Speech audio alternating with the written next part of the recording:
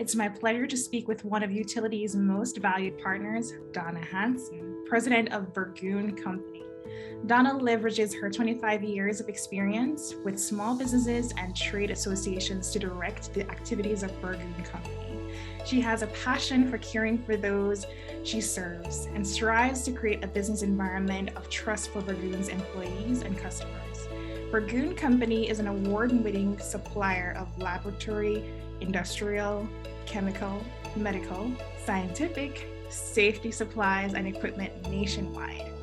This women-owned business consists of 30-plus employees with 30-plus years record of excellent service to academic and research institutions, government agencies, and prime contractors throughout the United States. Burgoon has received numerous awards and acknowledgements in their industry. Most notably, they are acknowledged as one of the top 100 women-owned businesses in Texas, and also one of the top 500 women-owned businesses in the United States. And it's my distinct pleasure to have you with me today, Ms. Donna Hanson.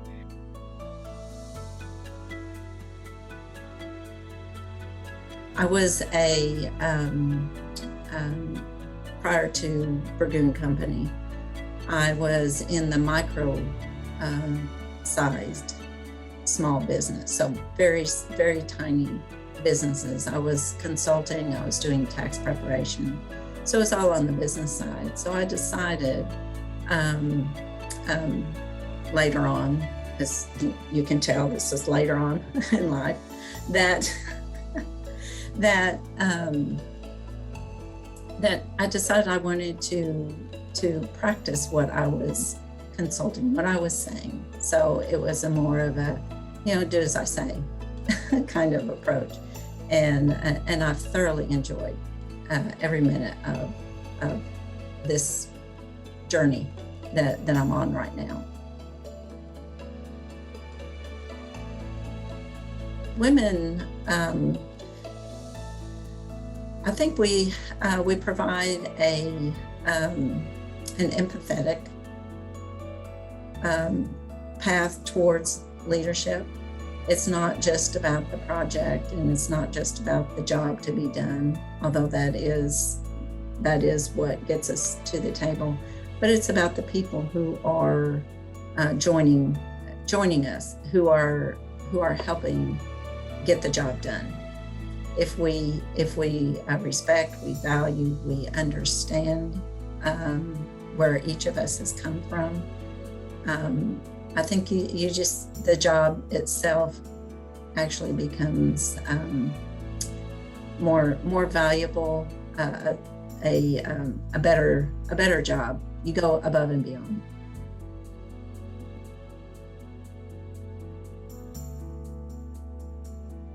Probably the challenges,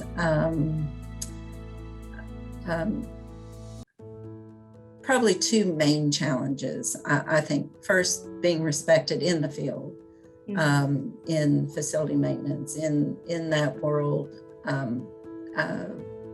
that's male dominated for sure, and in an area that I'm unfamiliar.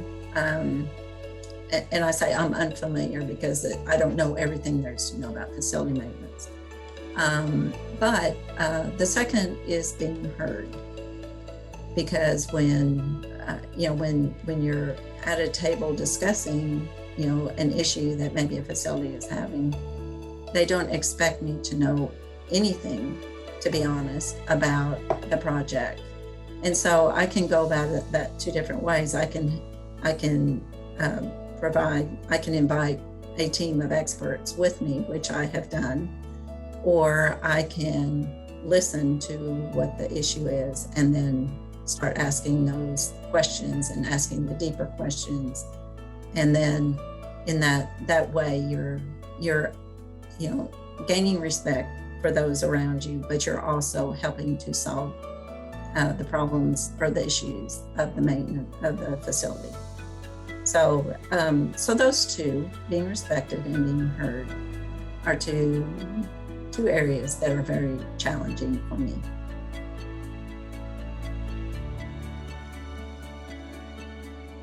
I feel like we need to encourage the young girls and the young women to dream bigger, to think bigger, to ask more questions, to talk to a variety of people, to talk to their dads about what are they seeing in the business today, because it's still male dominated. So let's ask our dad about, or our uncles, what do you see at work? What do you put up with at work? What do you know, what is it like? What does it take to be in your position?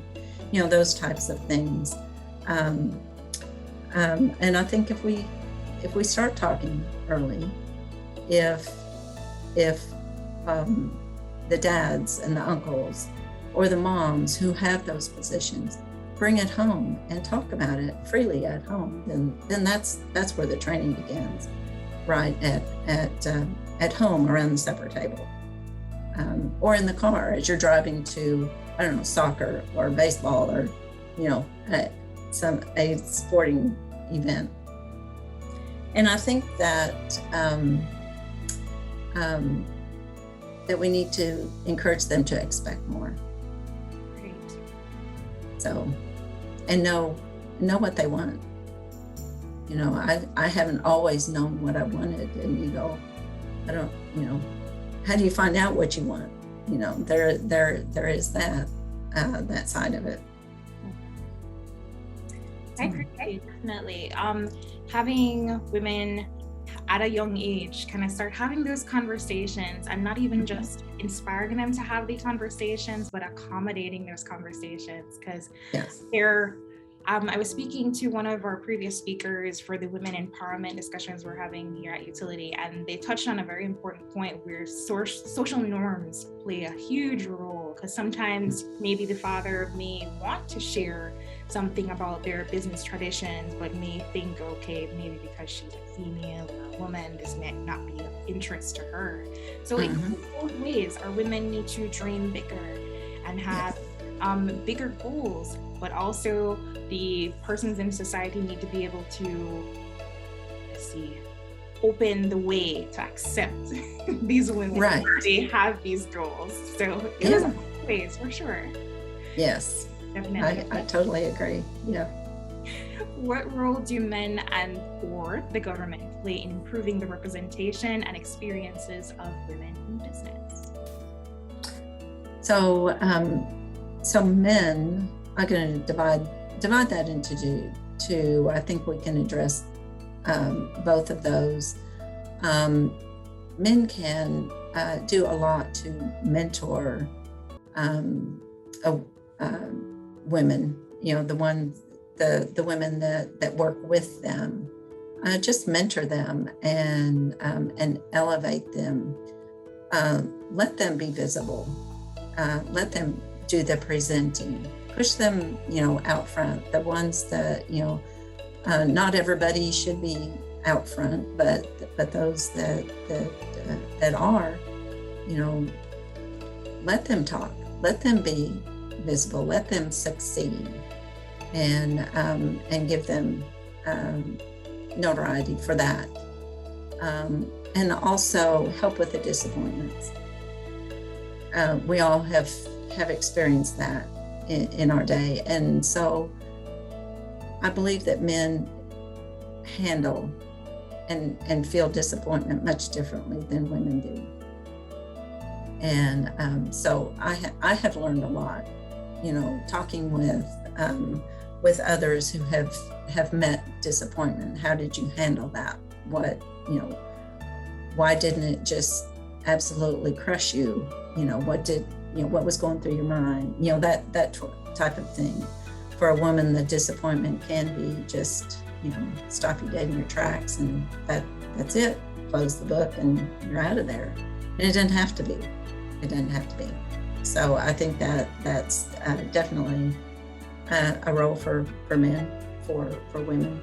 And then for the government, I really appreciate them, the government giving women opportunities through the Women-Owned Small Business Certification Program. and expecting the federal government to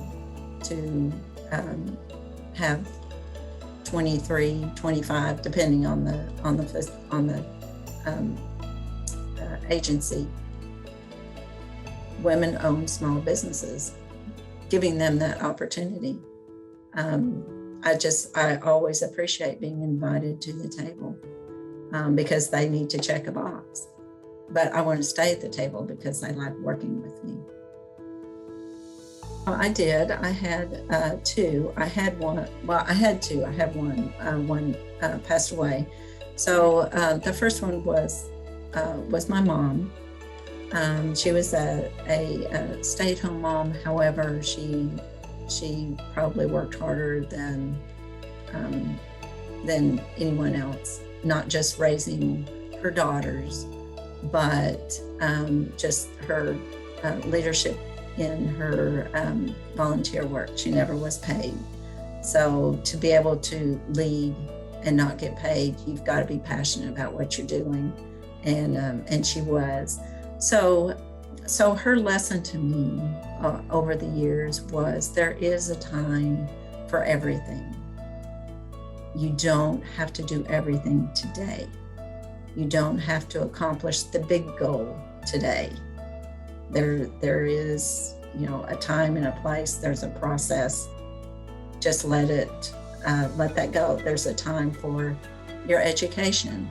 There's a time for your family. And then there's time for experience. There is time for success.